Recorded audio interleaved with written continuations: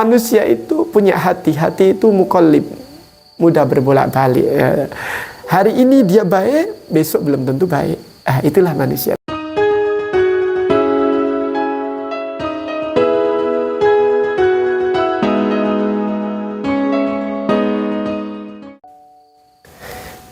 Assalamualaikum warahmatullahi wabarakatuh. Sahabat-sahabat semua yang dirahmati Allah, jumpa lagi kita ketemu bertatap muka di channel ini, di Al-Abror TV.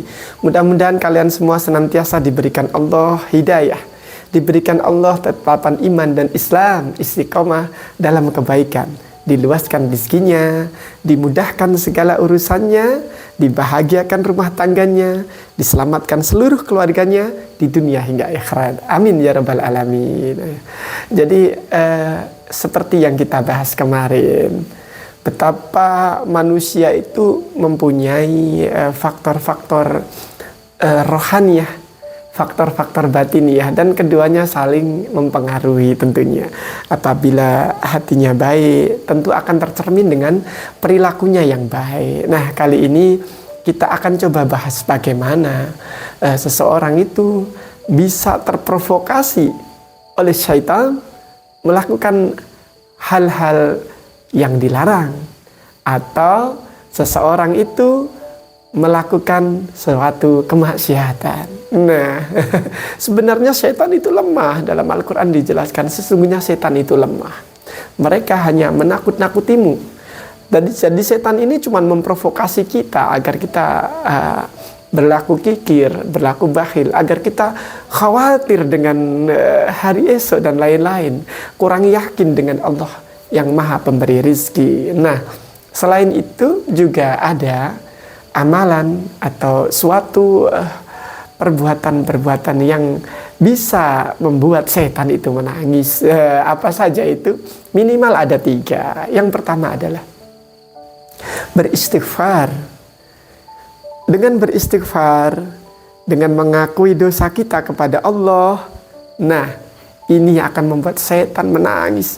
Dosa-dosa sebanyak apapun, sebesar apapun, apabila kita beristighfar, sungguh-sungguh bertaubat, sungguh-sungguh mengakui kesalahan kita di hadapan Allah, mengakui dosa-dosa kita di hadapan Allah, kemudian minta ampun kepada Allah, Allah akan ampuni dosanya, Allah akan maafkan kesalahannya, Allah akan hapus dosa-dosanya, dan dianggap orang itu seperti tidak berdosa.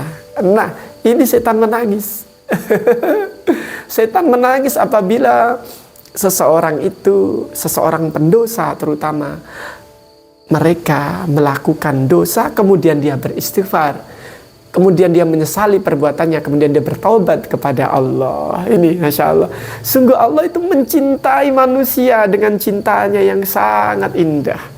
Allah menjadikan manusia ini agar cinta kepada Allah, dan manusia agar dicintai oleh Allah.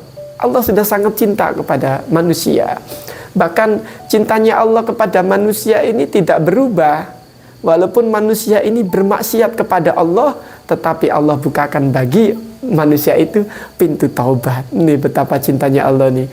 Udah maksiat, dibukakan pintu taubat oleh Allah, diampuni oleh Allah. Nah, ini tentu sungguh sangat luar biasa. Yang pertama, beristighfar, bertaubat, mengakui kesalahannya, ini membuat setan menangis. Yang kedua adalah berdoa kepada Allah agar diberikan husnul khotimah, akhir yang baik. Sebagaimana Allah Ta'ala subhanahu wa ta'ala berfirman, Udu'uni astajib lakum, mintalah kepada aku, niscaya aku kasih. Apabila seorang hamba meminta kepada Allah dengan permintaan yang tulus, yang sungguh-sungguh, tidak meminta suatu maksiat, dia minta kepada Allah, Ya Allah biha, Ya Allah biha, Ya Allah bihusnil khatimah. Setan nangis. Allah kabulkan orang yang berdoa meminta husnul khatimah. Dia udah berbuat dosa sepanjang hayatnya, di akhir-akhirnya, end of life-nya, di akhir hayatnya, dia bertaubat, dia husnul khatimah karena dikabulkan doanya oleh Allah. Setan nangis. Setan menangis. Yang pertama beristighfar, yang kedua berdoa kepada Allah minta husnul khotimah. Yang ketiga, yaitu menikah. Wah, kenapa menikah?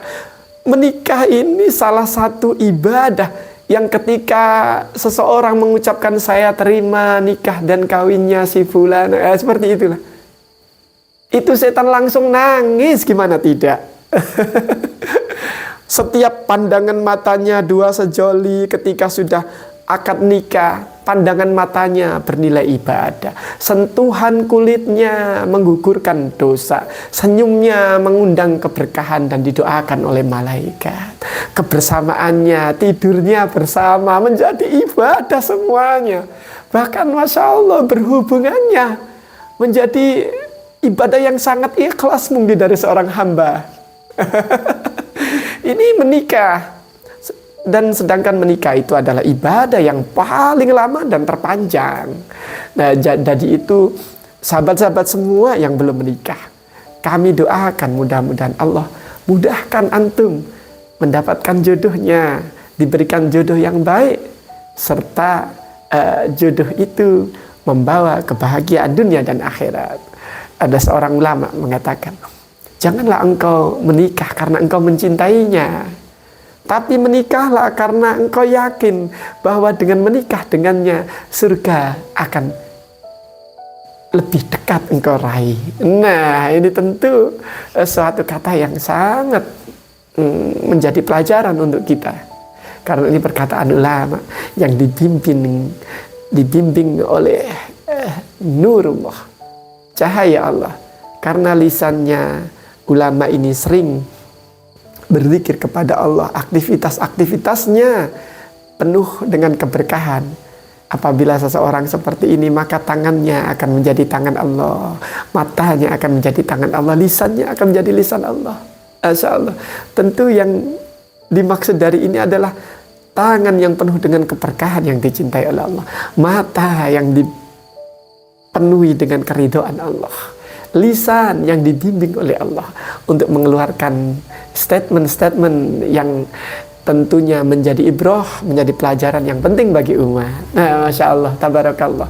Jadi selain tiga itu sebenarnya ada sih tambahan lagi. Nah, pengen tahu ya apa itu? Nah, yang pertama tadi istighfar. Dengan beristighfar mengakui dosa, setan nangis.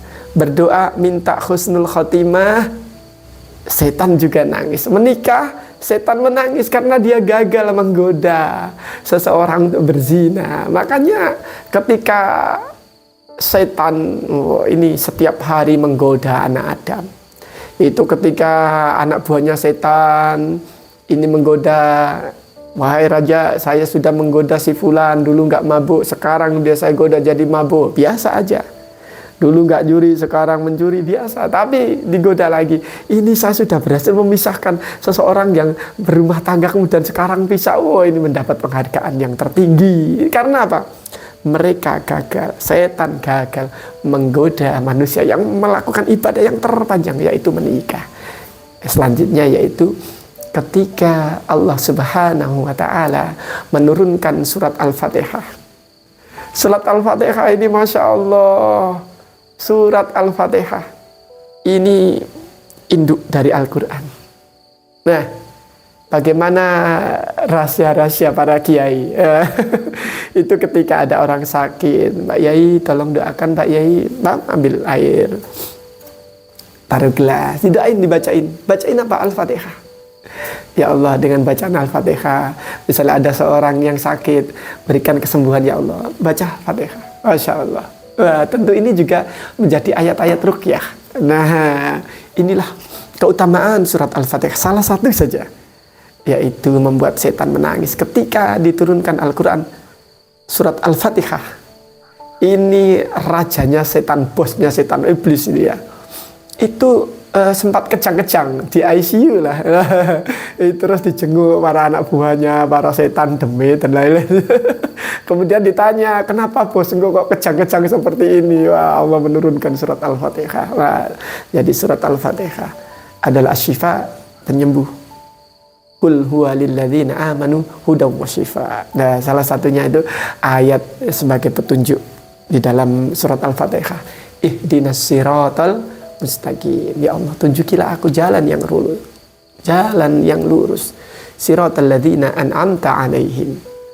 Yaitu jalan orang-orang yang telah Engkau beri nikmat kepada mereka, yaitu para pendahulu-pendahulu kita, para kiai, yang orang yang sudah meninggal tentunya ini, yang punya track record yang bagus, yang husnul khatimah. Nah, ini bisa dicontoh. Kalau yang masih hidup kan, manusia itu punya hati itu muqallib, mudah berbolak-balik. Hari ini dia baik, besok belum tentu baik. Itulah manusia. Tapi yang sudah meninggal, yang sudah ada track recordnya, rekam jejaknya.